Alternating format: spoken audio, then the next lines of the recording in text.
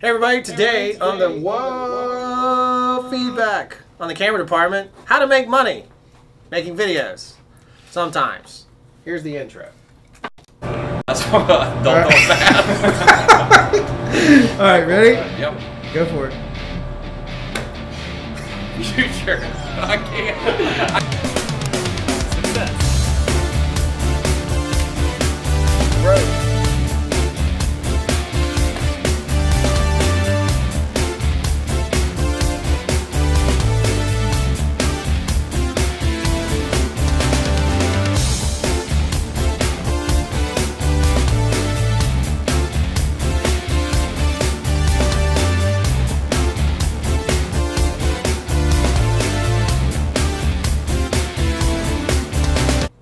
Jeff's still trying to get the computer set up today on CRFTSHO. Here's the intro. I'm just kidding. It's there. I'm already there. He doesn't have a chair, though. I don't have a chair yet. Hey everybody, welcome to the show. We're running late because I was at a meeting, and Melissa is here with us again because he kind of works in the office. Kind of. That's what we do. Today we're going to talk about how to make money sometimes with videos. Sometimes. Well, I mean, there's times that we don't make any money. Big-ish, medium-ish, smallish. How about the barely-ish? So we wanted to talk about it because we were kind of looking at some content and thought it might be relevant. And frankly, it's been a slow news day here in CRFTSHO HQ that partially looks like a slop house right now with so much crap in the background. I'm kind of... It's only because I'm here. Only because it's a slop house because he's here. That's what we're doing. I don't know if you guys have seen, but Canon announced a new camera today. I wish we had like robotic cameras that would pan over and just do a close-up. Can we make that happen? We could. Well, if you didn't stream it live, you could shoot it with multiple cameras and then edit it because you have all the time in the world, Drew. Yeah, well, that's what people said. In fact, I would also like to point out we got a quote. Let me find my phone. I'm going to read this out loud, see if we can decode what this means. This is a very special episode of Decode What This Means. I just made that show up, segment up. We received an anonymous tip, just the tip, on YouTube. On YouTube. Let's figure out what it means. I'm going to read it as it is written, and you guys try and tell me who do you think this is about. It is from a video that featured only me and Jeff, and it says, "Man with tiny bear is a dick." Do you think he meant tiny beer? Or do you mean tiny beard? I'm going to say tiny beard. Why would that be? Because you probably had beers that were the same size. That doesn't make any sense. Very true. And who has a tiny beard? You do. So I'm a dick. If it was just the two of you, I mean, if it was all three of us. Man with tiny bear is a dick. I kind of wish I had a tiny bear. We can make a tiny bear. Yeah, we don't. Sasquatch. You don't have a tiny bear. You got guess. No, we don't bring that out yet. Yeah. Oh, that's a rule. So you can't bring that out until somebody has to show up. Our friend has to show up in order for that prize to come out, Jeff. Yeah. For the last time, no. That was a terrible button selection. No. That's the one we wanted. Anyway, today we're going to talk about making money. Other people complain that we don't make our videos shorter. Well, the amount of time it takes for us to make a live video, put some content on it. Hold on. Hold on. Let's take this phone call live. Stand by. Everybody loves a good live phone call. It's a girl. Who would have thought? Hey, you're live right now on the CRFTSHO YouTube channel. How's it going? It's going well. I'm serious, though. You are quite live, so do not... I mean, You literally, we're broadcasting on the internet. Say nothing terrible. Okay, I will try not to. Would you like me to call you back when you're done broadcasting? You're making her I don't know. nervous now. It kind of sounds... Now I'm kind of intrigued, and I think the rest of the viewing public is intrigued on what you have to say, Georgia. I have potential commercials for you, so, yeah, I just wanted to talk about that. But give me a call back when you're done. Hold on. I need you to... Did I call you at any point today and talk to you about this whatsoever? Because this is strangely relevant to the conversation we were having. No, you did not. No, I can send you a screenshot of my call log if you would like, but I think that might be a little over the top. Yeah, we may have to put it into the video. What are you doing right now otherwise? How's life? Let's tell these people. Georgia, I read a sentence earlier that said, "Man with tiny bear is a dick." Who do you think that's about? Man with tiny bears a what? Is a dick. Oh. You know what? I saw a sign similar to that on the gym that I go to. It says something about don't press the button because you'll be a small dick or something like that. Whatever. Oh, you mean like this button? No! Okay, so Alright. I'm going to call you back when we're done. Okay, cool. Thank you. All right, bye. Hey, Georgia. Thanks for the Bye, Georgia. inappropriateness. Yeah, bye. Goodbye. Tell Well, that happened in real time. I really did not prep that phone call. That's an absolute science fact. So someone just called to talk about jobs. So this episode is now officially over. That's how you get jobs and how to make money with video You is get random phone you calls just get a from people. random phone You call. sit around your entire life and wait for destiny random- to call you. Eventually it'll happen. Don't do anything. Just sit around. Just sit That's what around. I do. Well, we went from Look an how hour far- look to how far I've 10 come. minutes. If you only knew the backstory now of like, I was in LA, everything was terrible, my car exploded. Hey, I did notice there's no bandages on your hand. No, I forgot to tape it up this morning. Oh, So It now my wasn't finger's because going to he's be better. deformed. that's fine. No, actually, like I wrote some last night. I was typing and it went fine. So Okay. I think I'm in good Jeff shape. had a boo-boo. I think you had the boo-boos on the show. Huh? Had you had the boo-boos on the show? Nope. I think no. Yeah. You were on the After that, show though. pre-boo-boo? Pre-boo-boo, yeah. Was it the night after? It was, wasn't it? It was pretty close, yeah. Jeff got into a car wreck. Yeah. He was injured. He was messed up. He had a Not bad. scraped face. Scraped face, broken finger, fractured rib. And Could've been worse. car's gone. Yeah, car's gone. Could have been worse. No one Last else was time we saw involved. Melissa. No one got hurt except for me, so it's okay. And your pride. But that died years yeah, ago. I was about to say that. And the whole other side of your car. Not really. With the whole other side of your car. Exactly. My passenger side door was on the ground right next to a pile of pride. Guys, we have not had a day off in 3 weeks. It's Literally, been a we while. work every weekend. Can I have So- one of these? Yes, Yeah, you it's- can have it's one time. of those. So, You can what have would you that like to one or drink? this one. I don't care. All right, so we didn't I'll have let you time to get choose. new beer, so we're drinking XXX Cancer Same thing as last week. or Basement IPA. By both of these by Scofflaw out of Atlanta. Little shout out to Atlanta to do that. So, what would you prefer? I really don't care. I don't care either. They're the same alcohol percentage. They are. In fact, I think they just put a sticker on this can. They probably really did. Yeah. No, And spend the whole episode trying to decide who drinks what. Well, I would watch that. I would too. I have been watching those videos of a man sitting at a desk and he says, "Change my mind." Those are kind of fun. Oh yeah, They're it's just a annoying. meme now. Mm-hmm. All right, is there any questions in the chat, or I'm gonna No questions. no chat because no one cares. Oh, there's chat. Just no questions. It's about videos. No, it's about how awkward the Georgia thing was and the tiny bear. That's all good. And That's what this show's about. somebody Nothing. saying that the only We're the girls that he Seinfeld thought of watched- YouTube, folks. What? Kind of. We have a Kramer. We have a George Costanza. Oh, I'm totally George. There's no doubt about that. I want to be Elaine. Actually, Georgia has the hair of Elaine. Yeah, if you can get her Probably on the here, dance she'll be skills of Elaine as well. I Probably don't know. so. She doesn't watch She just this show. seems like she's so nervous that she would do that. Yeah, yeah. I'm like George Costanza because I too have trouble getting the condoms open.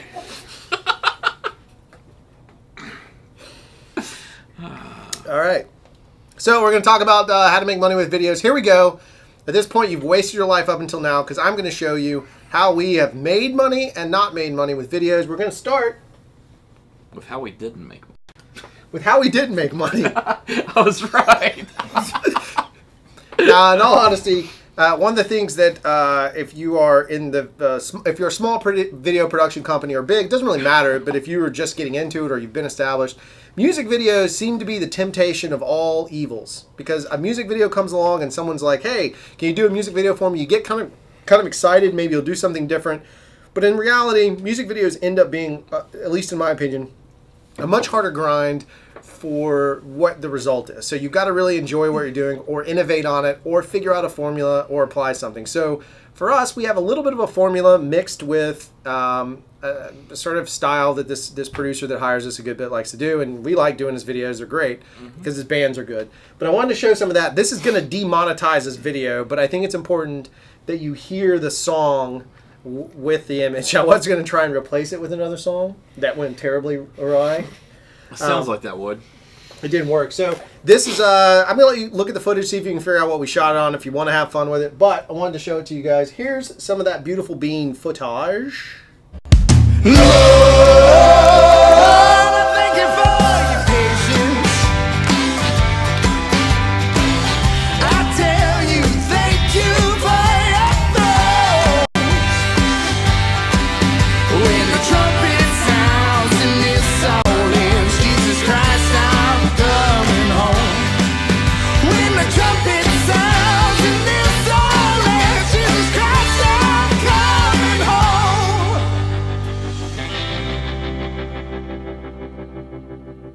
Tell me that you love me. Tell me that you need me. I'm on my way to you. And Lord, thank you for your patience. I tell you, thank you for your thrones. When the trumpet sounds and this all ends, Jesus Christ, I'm coming home. When the trumpet sounds and this all ends, Jesus Christ, I'm coming. All right, so that's a video for a band called the Underhill Family Orchestra. If you like that kind of weird, modern Americana type stuff, that's their jam. That's what they do. Very lovely, nice group of people. So let's talk about that music video. So in this particular instance, the music video budget was fairly low, and it was very contained.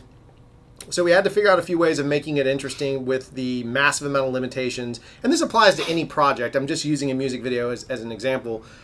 But this is like a 3.5-minute piece. I've obviously edited the song for content and timing. It's like a 3.5-minute song. We had to figure out how to get enough content. So Jeff and I went in 2 cameras. We attacked it with 2 cameras. We shot a bunch of content inside of their rehearsal space. And then we happened across that they had some content that they had shot with GoPros and a Canon 7D. Probably a 7D. I think. Whatever. So they had a little bit of content, so we could use that somewhere, and so we formulated a plan. We did not get to go in with a story treatment because there wasn't one. It was, hey, I just need you guys to come over and do this video real quick. So it's like if a commercial client said that. So we had to invent it out. Now Jeff would, Melissa here would normally do a treatment on, or would write something, but in this case we didn't have that option. It was kind of put it together and make it work. So in this case, that's how we approached it. So we gathered the content, we shot 2 cameras, got a bunch of different coverage. So the shooting element was about 2.5 hours. Is that correct? That's fair, right? Yeah, it was about 2.5. Not counting travel time. Yeah. They're about 30 minutes from here. So travel time we're going to exclude. So it was about 2.5 hours to shoot that, and then it was about 5 hours for the edit total, including like 2 little minor revisions. And then how long was the grade? About an hour. A little over an hour. About an hour, a little over an hour on the grade. Now that's expertise speaking. That's why we can go so quick. But we were able to fall within the budget parameters that they gave us and put out something that's halfway decent looking. I think it looks pretty good. Yeah, that's not bad for 2.5 hours. Yeah. The producer was super happy. And that's what the client was happy at the end of the day. The band was happy at the end of the day. So we did what we were supposed to do. And my point in all that is sometimes you have to approach certain projects knowing that the limitation is also a source of inspiration. So we decided to shoot with this vintage lens and one other lens. I think we only shot with 2 lenses. Maybe we had 3 lenses. We shot with all 3. Yeah, that's right. Actually 4. I think I threw up another one, but we shot those. Oh, we did. You're right. So we mixed it up that way. So that's one way to approach it is in your mind budgeting the time that you're going to spend on it, because I knew what the budget was going to be. And the breakdown on that is a dollars and cents thing. And one of the things that we've talked about maybe happening if we can get Fest to happen would be that we'll actually take a real world budget and I'll break it down in front of you and talk about what we made profit-wise. I just have to find the right client that's going to let me reveal how much they spent.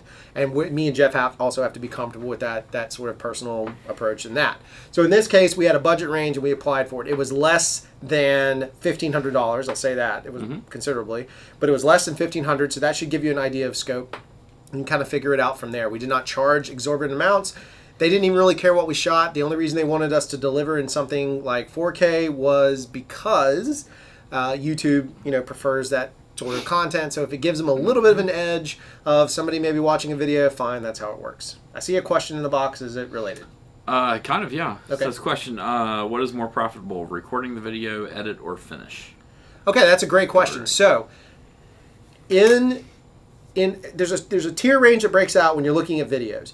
Production is usually the most profitable because it requires typically the most moving parts. So you have your cast, your crew, your grip or scripty or whatever he might be in the moment. You have an AC or another shooter, another operator, whatever it might be, or the DP in the moment. You have the director, you have a producer. So production is always going to be your highest cost margin. So post-production is where the majority of your value is. It's very rare, at least in my experience with lower end clients, to get them to pay for creative on the front end. Like development money. It's just really hard to get that to happen. That usually happens from an agency level, and if you're being approached by an agency, and we'll talk about that in a second, you typically are just stuck with whatever creative they gave you, which is good and bad, right? So post is where your profit margin is. So for us to do that in 5 hours, I might quote 6 to 7 hours to keep the budget in range, though normally for a music video, I normally quote between 10 and 15 hours for an edit. Granted, I've been editing for 20 years, so I'm pretty fast. I'm not always the most innovative, but I'm fast at the cut. You laugh. Jeff edits for us now. Melissa does. But in the idea of that, it's kind of going into it. So I would estimate. So if I were going to estimate Melissa doing this edit, I would have estimated for his time that he would probably need 10 to 12 hours to get the edit done. And if he comes in under, great, he makes more money. If he goes over, then I've got to figure that out and make the adjustment next time. But post-production is the profit margin, just like Jeff on the color side. Did we want to spend more time coloring this? We had a long conversation about it. But we couldn't make it work financially. Based on how busy we are with other clients, we couldn't take a hit on this particular project. And you also want to always consider this. If you give too much away for free, if you give them too much of a good job, that you know you've invested your own time and you're losing money. And as soon as you start losing money, then it gets into a pickle like both Jeffs are subs of CRFTSHO, as am I.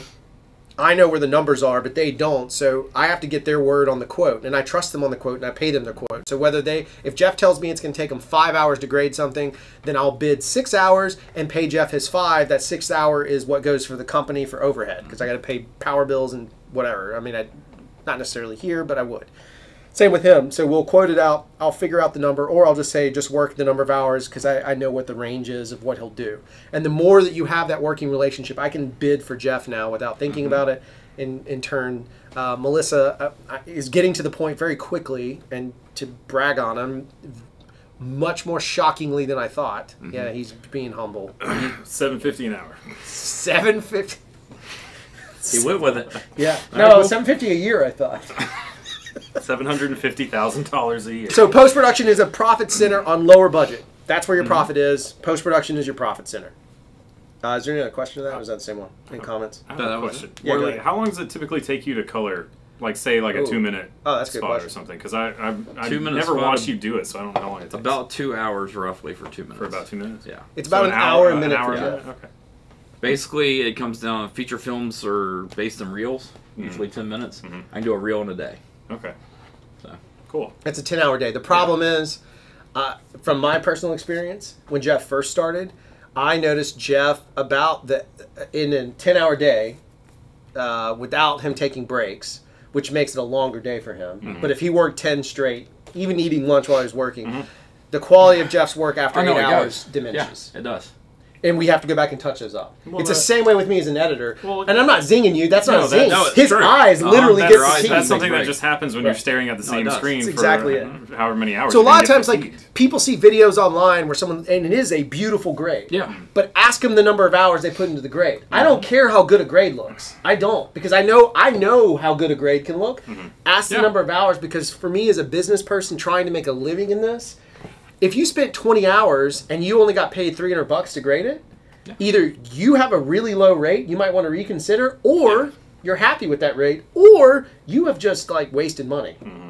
You have wasted time, and time is a very precious commodity. So it's always that consideration. So yeah, Jeff's about an hour. Well, thank you per for bringing minute. that up. Yeah, I don't know how you do any of that. I don't know what he's going to do with that other project you're working on where someone screwed up the camera, but that'll be a separate issue. That wasn't on me. I think I know what you're talking about. Yeah, I don't know what happened there. In the Virginias Yeah. thing? Yeah. Actually, I know what camera it was. Yeah. It was shot in Vlog, but somehow it recorded not in Vlog. Really? Yeah. I know for a Interesting. fact with that, yeah. But that's something you can fix when you're grading. Interesting. Well, maybe. That's pretty bad looking shit. I'll be honest Am with I you. going to have to go in and replace all those shots? No. No. No, we'll figure them out. That's a different client. That's a client that is a whole different beast. Right. I can't really go into a bunch of details on that just because of NDAs. Sure. Yeah. Is there a MPEG question? asking, do you think there is any automation that could speed up the grading process? Not that I can think of. Well, hold on. The only argument I could ever make for a LUT in this example is if you have a LUT you know very well, and I don't care whose it is. I'm not plugging ours. I think ours are phenomenal. But if you're using a Leeming LUT or somebody else's LUT, and you know it really well, there's like Jeff could probably cut something, throw the LUT on it, and send it to a client, and at least get turned around faster. Yeah, you could do that. That's an automated process because that's on a cheaper rate than your rate. It matters really on how high quality you want the end product to look at that point. At the end of the day, the cell phone, for 99.9999% of the world, if you have a good-looking LUT and you can make the shots match, that's still important. Then I think if you know your deliveries for a cell phone, I'll be honest with you, I think you can get away. A lot of cases you can get away with a LUT. I wouldn't advise it. I don't think you're treating your clients very well with that, but in a pinch, I think you can get away with using a LUT in that space. It also matters on what your client's looking for at the same time. That's or what totally they know true. to look for. 100% true. Is there another, I see another orange. Is that just an answer to something? No, that was the one I just asked. Oh, was it? Okay, great. So let's go in and talk about commercials. So commercial is very interesting. Commercial landscape has changed dramatically over, at least in the last 10 years, and really the last 5 years for me, I've seen this big hike. I've seen everything from lower end, web-based content still be profitable. It's really good, and I'll talk about a method for that, just for consideration. And then I've seen it move into the to the local television market, which isn't usually very profitable. That's a hard sell because nobody wants to spend money on local TV if the region is like, maybe in a bigger market like in Atlanta or Houston, somewhere like that. But if you're in a middle market, that area is really difficult to kind of see local people spending a good bit of money on something. So local TV is really, really weird. And then I've seen regional TV pick up even more. So I've seen a good profit margin and growth development come out of regional TV. So what I wanted to show was 3 quick spots. The first is a social web piece, and you'll see it. And we can talk about how much time was spent on graphics. We can talk to Jeff about his edit when you see it. We'll talk about what it's filmed on, how Jeff graded it, because this falls into our little formula. The second piece that we have in there is a very local spot where an agency hired us. We had no control over creative aside from the images that we chose to do, and even then we're somewhat limited. But it's a good profit margin in the post side of things because we shot it, so we knew how well to cut it, and so they accepted the bid at the rate, and we're good. And then the third is going to be the higher end spot that we were involved slightly in the creative, that we were afforded time on the day to make adjustment to the creative. It's an agency that did hire us, but they also hired CRFTSHO based on our ability to tell a story. And I think you can kind of see 3 different, not just narrative elements, but 3 different quality elements that come through, not just on the pixel peeping side, but on the narrative construct side. So you have web, which is, I guess, national, but it's still web driven only. We go to a local spot, and then you see a pretty big regional spot. And then finally, the last segment we'll show later on after that is we'll show you the really high-end stuff that is national level stuff. So let's start with that. Here is that little sequence of 3.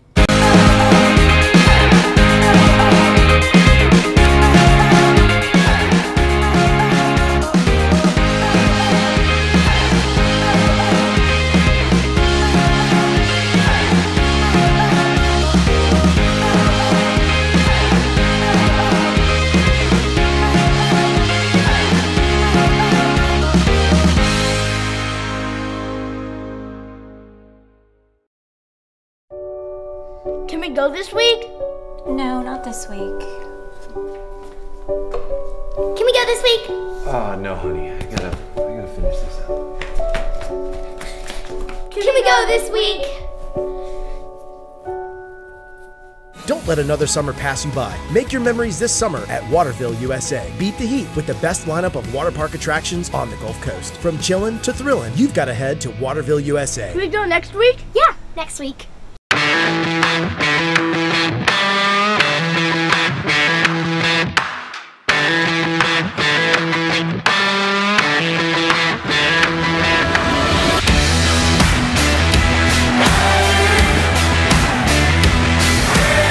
You need new shoes. The spring sale is happening at Shoe Station. Step in and find the brands you want for the shoes you need. Shoe Station. Shoes you need, brands you want.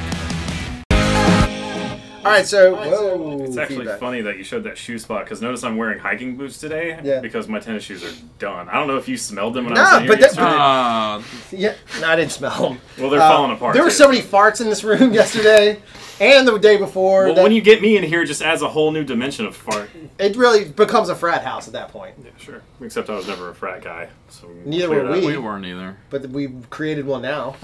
Yeah. Sabrina won't even come over here. She's like, I'm not coming to a frat house. I was like, that's fine. So you had 3 spots in a row there. You had the Glowa spot, which we'll talk about, the Jeff cut, Melissa cut, and then you have the Waterville spot, which is purely local, very strict creative, like Thrillin' to Chillin' was all about them. Yeah. That was my voice that voiced it because the budget was fairly tight, but it was still profitable, and I'll explain how that worked. And then you have a regional spot with a larger agency that is a little more progressive in their thinking in letting the creative sort of flow from a director standpoint. So like on set, Jeff, I just dumped the camera off on Jeff, let him do his thing, and then I would turn around and spend time and come up with a bunch of different creative options. Now, it's important to note that on the high-end spot, we actually shot 3 commercials in a single day. Yeah. Because we got very clever. So it was a highly profitable spot. That also provided tremendous value to our client, i.e. the agency, who then in turn was providing value to their client.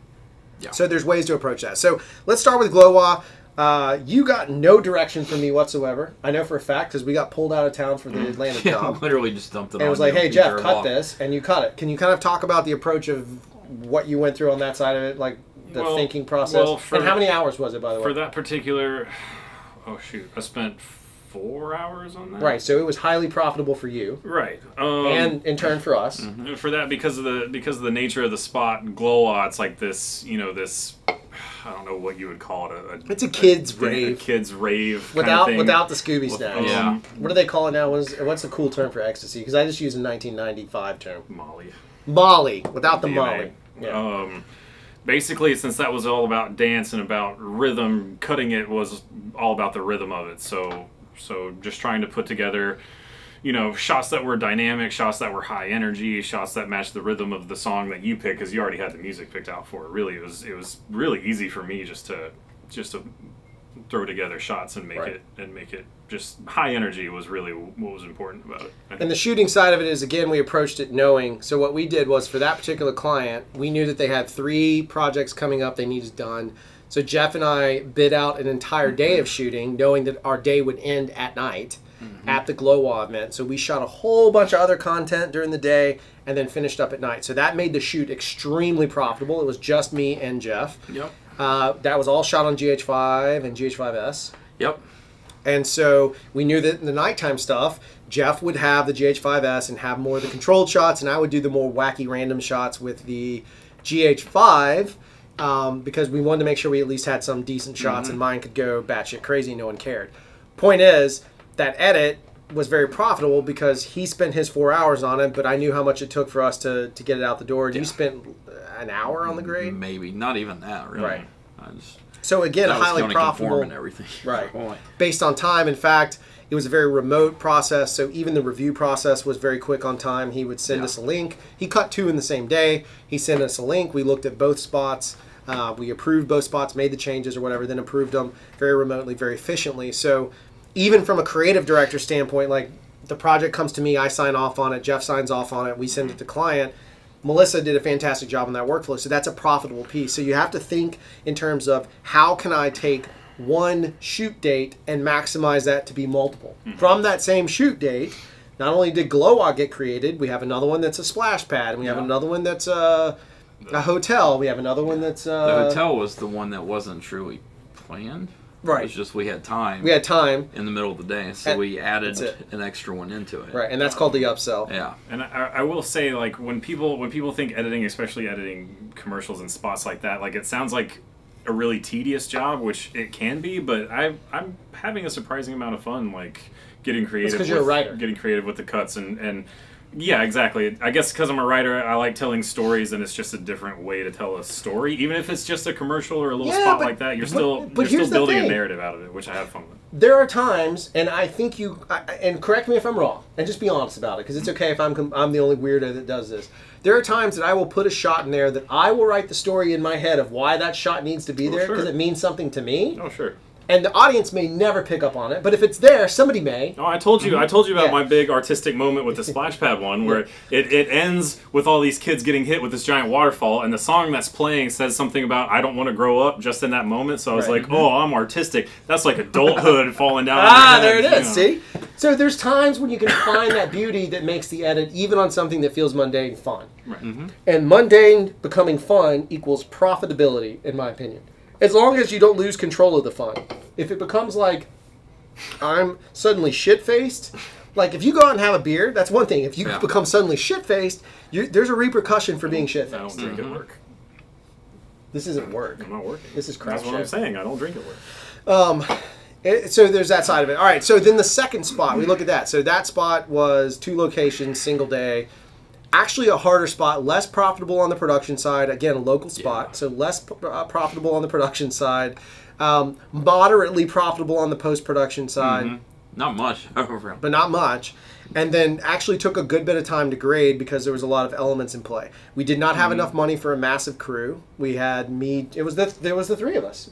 Plus like hair and makeup and wardrobe and art. But we didn't have like a big enough G&E team to like offset things, so we kind of had to take them as they came along. We just didn't have the budget to make sure that I could pay him, pay Jeff, pay myself, pay CRFTSHO. We just didn't have that range. So that's what I'm saying. Those are kind of tricky. They're good projects, but they're just not, from a margin standpoint, they're like a 30%. Like you're just not going to make very much from it.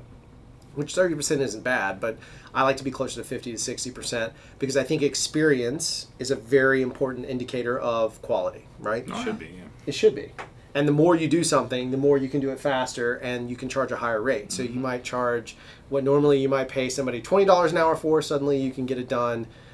You might charge $100 an hour and you get it done in 10 hours and it would take them, 5 times that. So it takes them 100. I mean, not really. That's kind of crazy, but like 30 hours. Yeah. So you can still be profitable in that space. So that's kind of the spacing on that. Then the third spot, as I mentioned, we shot 3 commercials in a single day for that. We started in the morning. It was a 10-hour day because in advertising we work a 10-hour work day. We shot 3 spots.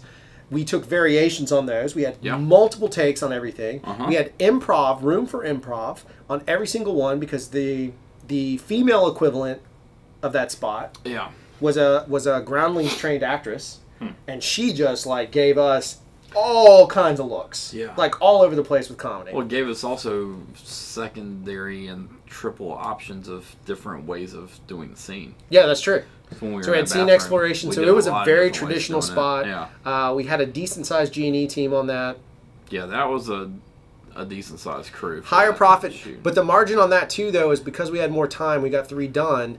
The post side of it was super profitable, like highly profitable. So we busted ass on production, which look, production people are there. You're getting a day rate. If they don't work hard, fire them and find somebody else. There is somebody else. But on the post side, we generated 3 spots from that they've reused, and we've had to recut several times. So we've actually made more money off of those by being logical about the approach. So the higher end spots, those regional spots, are very profitable in a long stretch of that. Yeah. When you say without doing an upsell, there's no upsells involved in that project whatsoever. When you say you had to recut them, did you have to recut them for like a different medium or? Yeah, because they had a spring and a fall. Yeah. Okay, gotcha. So we would recut it, or we'd make little tweaks, or the only upsells that were available if I were going to upsell a client on that stuff, content-wise, would be like a 15-second they didn't plan for. Yeah. So I would already know the footage. I'd look at the 30. I'd cut it to 15 because I'm smart. I'd cut it for 15 and be like, hey, do you guys want this 15? Oh, yeah, sure. How much? And I'll charge I don't know, I'm making up a number, but like $1,000. So something I did in like 2 hours just made us $1,000. Yeah. So why would you not do that? And then the client benefits from it because they're making 3 times ROI on it based on whatever the marketing approach is. So it's just being very conscious of how you approach the content. I see an orange. Is that related? This doesn't work. This is CRFTSHO t-shirt idea. Oh, yeah, that's not a bad idea. Before that, though, there's no orange, but MPEG was asking if efficiency is the most important thing for maximizing profit. efficiency is a very high measure, but I put effectiveness above efficiency. I feel like being efficient is a measure of how effective you are at your job. Jeff is highly effective at his job, meaning Jeff can spend 1 hour and do what others can't touch.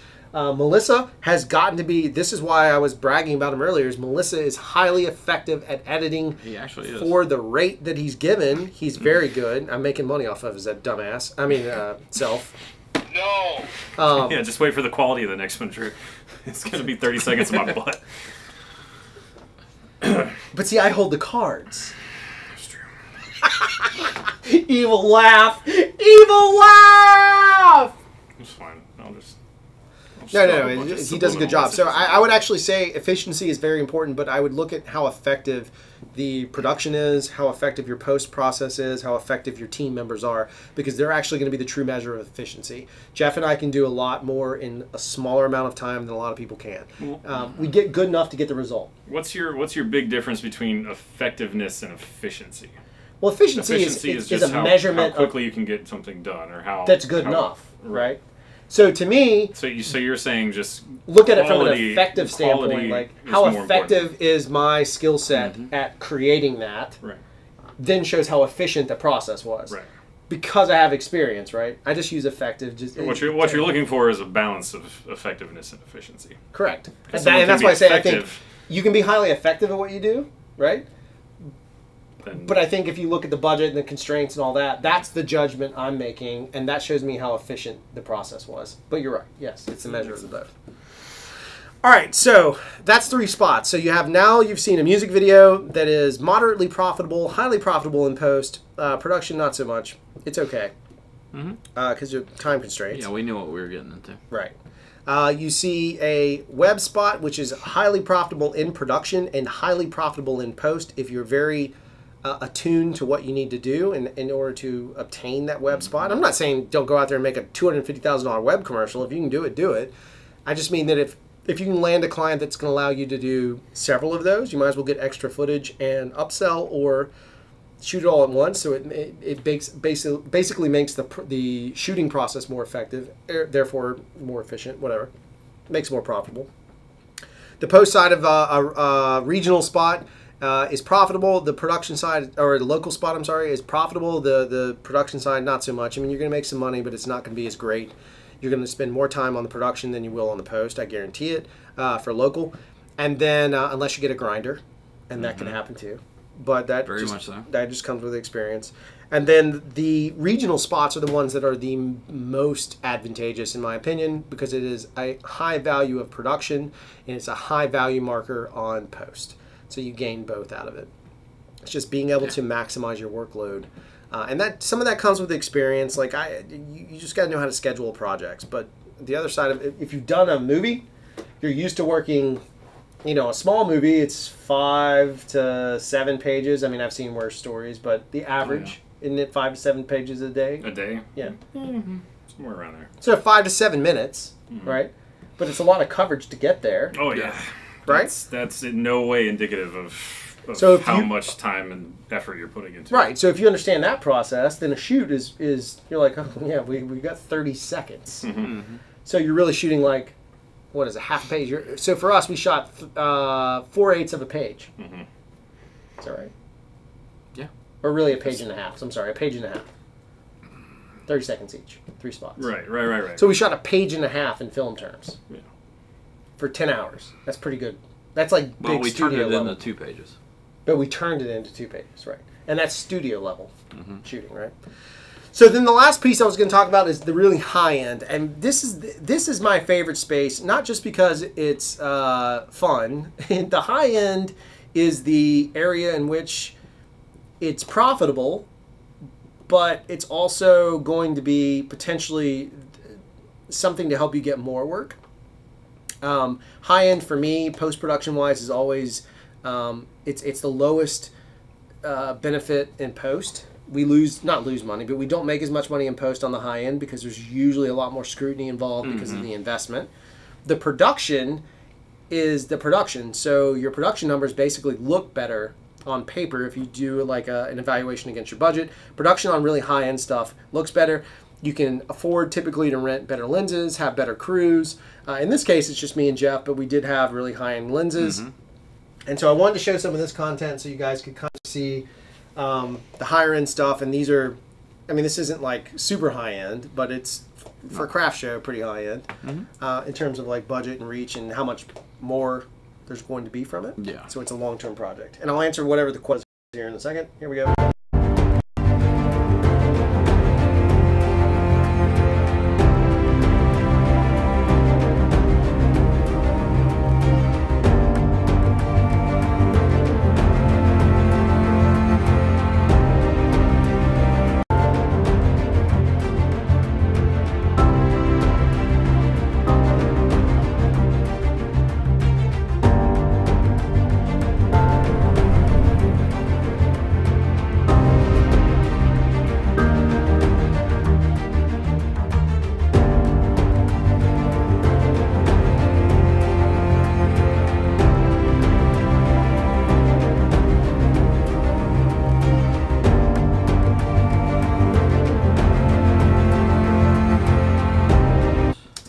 Alright, so the raid went to sleep. That's why we went offline. Came back online, and I let it play twice. But basically, that's higher end content of letting it play out where we had a lot more time to shoot locations and kind of shoot these empty spaces. So this particular piece, and I'll go into more detail once I can, but this particular piece does not require any sort of principal on-screen talent. It's location driven and very specific in that way, but it is about precision. So there was a lot of, and that's not graded, that's just raw footage. But it's about making sure things are lined up, that we have the right angles, or knowing how we're going to fix it in post, or how we're going to deliver it, and so forth and so on. So it's a very technical sort of approach. So the production side is both fun and rewarding and financially viable. The post on it, not so much. It's a lot more work, as I mentioned, and there's a lot of grinding involved, and to make that project happen. If I could show you the final one, I would, but I am not in the position to do that yet. Once we do, we're going to do a whole breakdown on it and talk through it, because it's a good bit of stuff. And there's a really cool lesson that we learned that I would like to share that hopefully will inspire you to maybe consider it on. So that's kind of the high-end side of things where, again, as I mentioned, your production profit is high, but your post-profit is not as high. It's closer to the actual numbers, if not slightly below, because for us, we fell in love with the footage enough that we wanted to spend a little bit of extra time, and we're willing to risk that investment for the quality side. All right, Jeff said he has questions. Yeah, one is how important is to plan the day to be efficient, because in shooting days, probably 50% goes according to plan. Not my shooting days. My shooting days are closer to 75 or 80. Yeah, ours stays pretty close, actually. Yeah. But again, that's from film. Right, it's a lot more unpredictable when you're shooting like a movie with all these actors, you just get used to it, and all these variables of locations. Commercial production typically has to be more, has to adhere a little bit more if you want to keep getting repeat business from the agency. It has to adhere a little bit better to a production plan, which means there's storyboards involved, or look boards, or mood boards, or shots that either the agency has created or you've created for the agency. There's a lot more development that goes into it, and you're shooting less content. So consider this, you know, for a 30-second spot, you might shoot a lot of frames, but in essence, you're shooting for a 30-second spot. So if all hell hits the world, if you feel like you have enough content for 30 seconds, you probably can pull it off. A wrench in the cogs on a commercial shoot does not disrupt in the same way that something on a feature film would, because you screw up your schedule on a feature film for the day for one reason or another, due to weather or whatever. Every day after that, then it starts piling up because you're constantly behind, and one thing leads to another, and it's a disaster, and everyone. And Jeff knows that's the guy who takes. Melissa is the person responsible for making those notes. Yeah, you and the AD. Yeah. So there's that. I feel like commercial work is just more streamlined. Like you said, there's you have to be. Yeah. There's a lot more, like, weirdly, people get way more panicked. You're spending millions of dollars on a movie, right? But I've seen people nickel and dime much more in a commercial. Oh, yeah. That might be 50, 30, 100, 25,000, 10,000, 5. One of those shoots in particular was very much that way. Yes, exactly right. The shoot we will never talk about. I'm assuming we're not going to name names on that. Nope. Nope. Is that the one I showed up late for? Yup. That's the worst commercial of all time. Yep. And it'll never But see not the light of because day. I showed up late. No. Only partially because. Actually, you... Oh, God, I hate that spot so much. I actually don't even think about your lateness with that spot. Like, it Your- doesn't matter. Your lateness does not even matter. It really doesn't. It's a drop in the ocean of crap that you have to deal with. I have no idea. Yeah.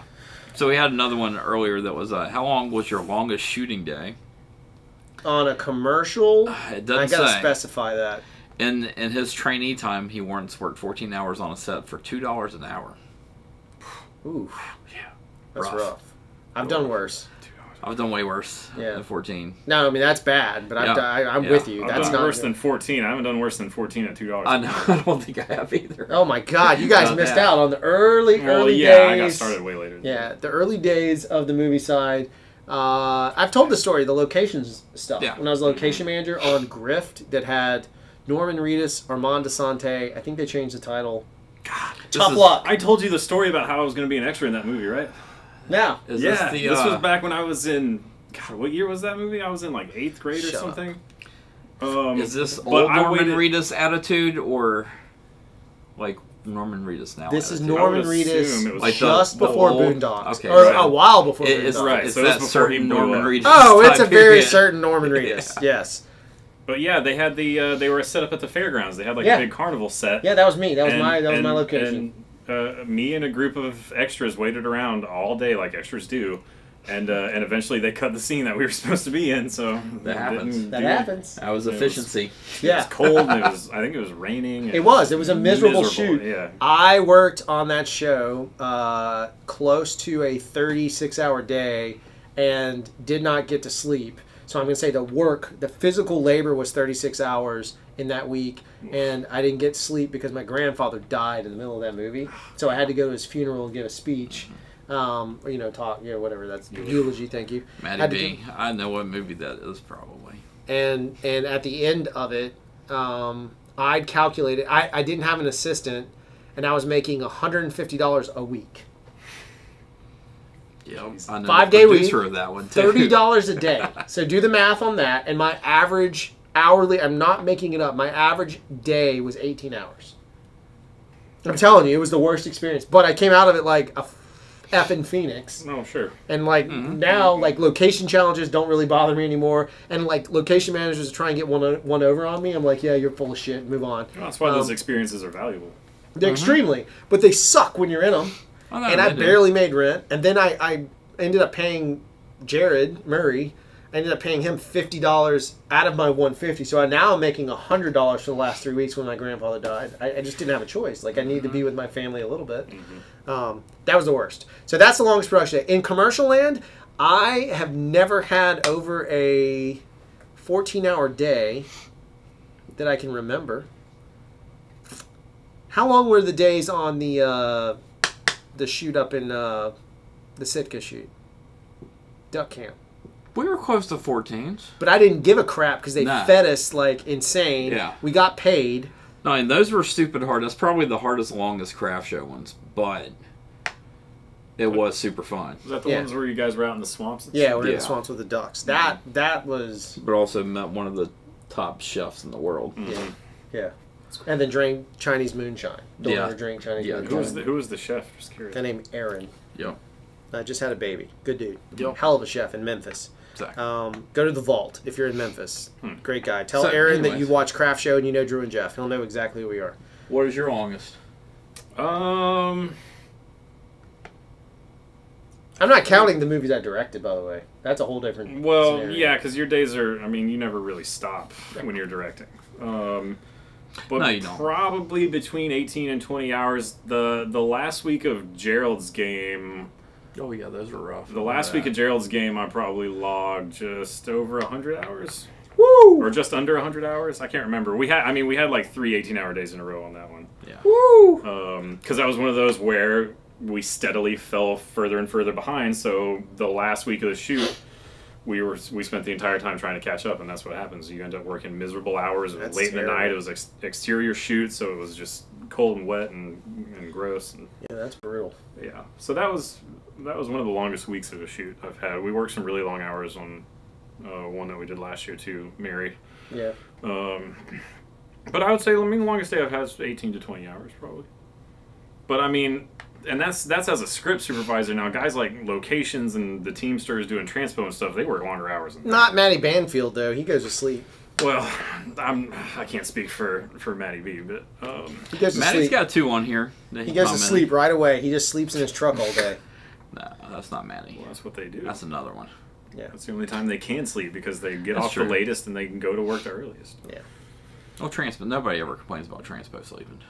No, because you want them to. You need them to Yes, sleep. they need to be sleeping. Yeah.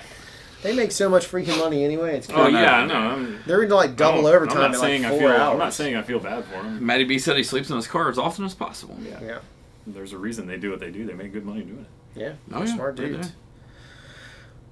Yeah. So there. If you want to know how to make money with video, you need to kind of consider the projects you're going after, how much time you're willing to spend, how much you're willing to invest, the approach. I know we've talked about it before, but I just think it's really important if you're aspiring or inspiring yourself to be a filmmaker or a commercial person or an advertiser, whatever it is, you just need to consider that. The one thing that is a constant in all of this is that for the most part, a client rarely ever gives a shit about what you're using.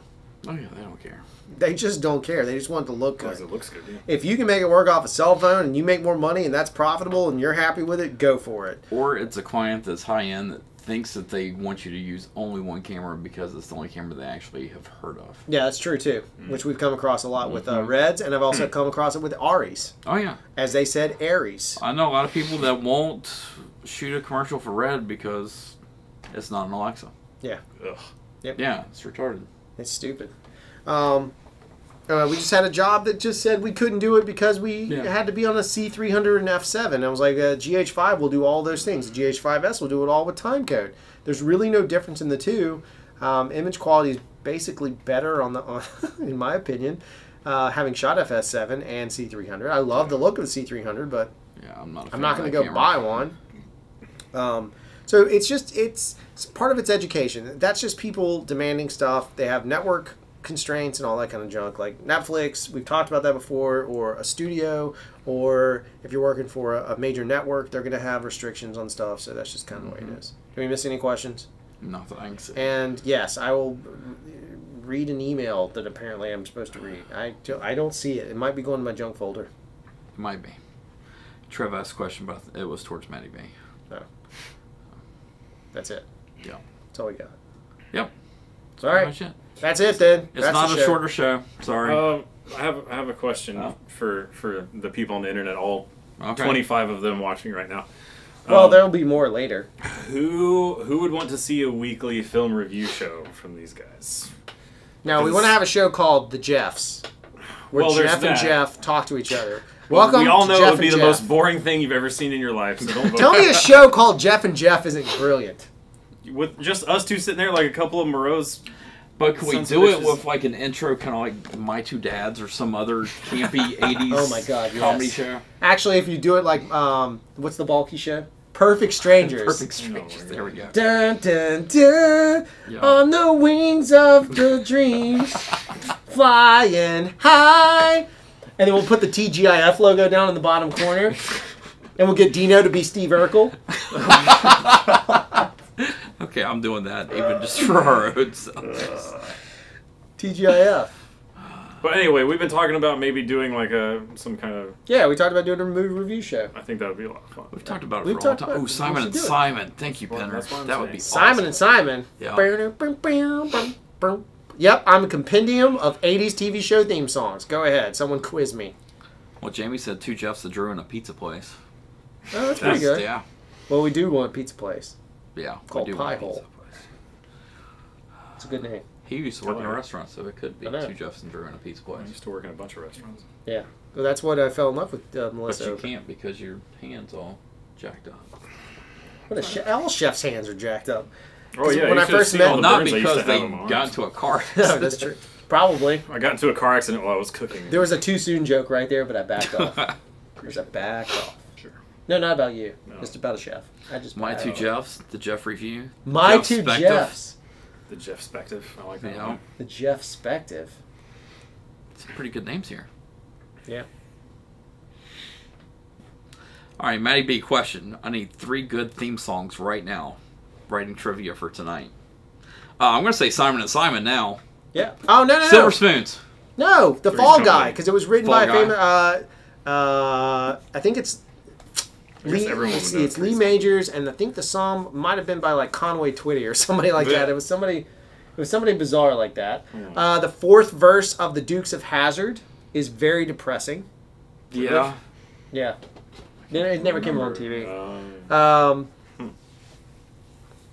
I'm trying to think of who was the most popular composer of the '80s for TV show theme songs. His name is Mike Post.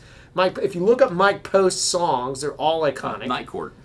Night Court's pretty good. Bow, bow. Boom, boom, boom, boom, boom, boom. Same way that Law and Order is really catchy. Bum, bum, bum, bum, bum, It's also Mike Post. That's Mike Post. Figures. Yep. It's all Mike Post. Knight Rider, Yeah. right? I'm Airwolf. Personally, a big fan of the Twin Peaks theme song as well. Not 80s though, so it doesn't make That's it. true. It's close. It is close, but it just on the other Wait, side. did he say 80s specifically? No. Oh, you He were said just talking 80s. Need 3 good theme songs right now. Yeah. I would do it off Mike Post. Yeah, I would do something Maddie? off Mike Post. You could do that. No, 'cause that's not theme songs. One Go Go guy. That was all Danny Elfman? movies. Yeah. I don't think he did any No, TVs, did He he? may have. There's some Can't random remember. ones in there. Yeah. Just thinking because that would be a good one for trivia. Yeah. He did Especially do for where he some does kind of trivia television. at. I don't Oh, know that's if true. anybody there in that general area. It depends on how hard of a question you want it Yeah, to be. exactly. To be honest with you. Yeah. Maddie does hard / easy questions. Yeah. I can get 80. I can also get 80s cartoon theme songs. I've got a lot of those. Silverhawk. Silverhawks is pretty good, but my favorite was Pole Position. Pole Positions is good. I was actually, even though I really liked it, Mask was like... Mask. Yeah. He's I a don't man know of why. power that can save the day. Everything about that. What about My mask. What about He-Man? Was that 80s? Yeah, here's the problem with He-Man. Like, it'd be like if I picked up this pin and it's like, and He-Man stood in front of Castle Grayskull and happened to raise his sword and say, "By the power of Grayskull," and then he turns into He-Man. Like, that's what it says. Like, he's just walking along, he's like, doot, doot, doot. What if he had an erection? And he's like, "By the power of Grayskull," and just his penis goes giant. There you go, Pinner. How the hell did Right before you said that, he said, "I like where this is going." Oh, God. He-Man's terrible. I know it's terrible. That's why I brought it up. Here we go. Major Dad, Action Force, Saved by the Bell. Action Force, man, that show. You Funeral must be for a from the UK. Marionette, Alfred Hitchcock Hour. There you go. That was Father Doge. Action Force is UK, was it not? think it was it about was, the yeah. it was about the SAS, if I'm not, or SB SAS, I think it was. SAS.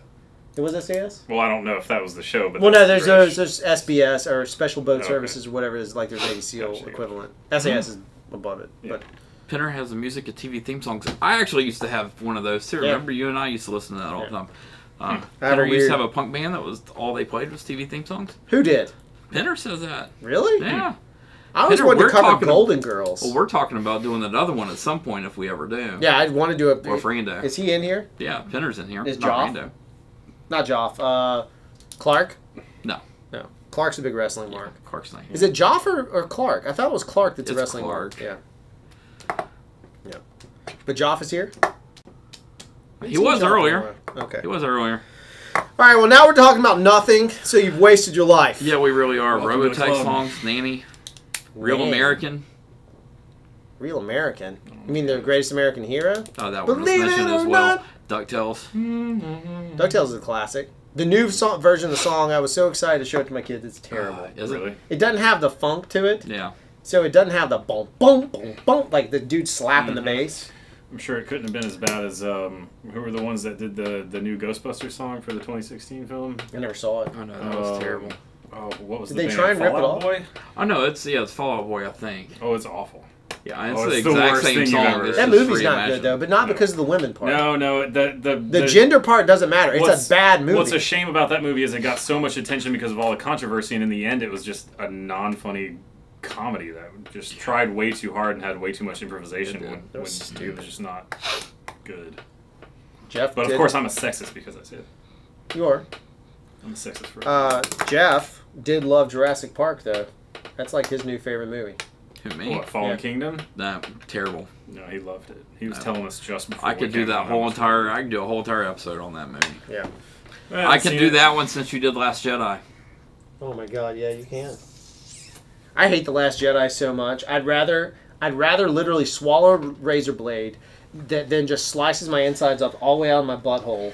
Well, I'd rather watch 30 and minutes then of the Last all the Jedi toilet paper I The have bad is thing covered in is- Tabasco. the bad I'd thing rather is, like, do that than watch the Last Jedi. The Last Jedi wasn't great the first time I watched it, and then it falls apart even more the more you think about it. That's the worst thing about it. I think it's like, oh, it's got some cool moments in it. You know what I equate it to? It's kind of like eating like a really sloppy bean soup, right? It's sloppy in the beginning, but when you blow it out. I was wondering where you're going with that.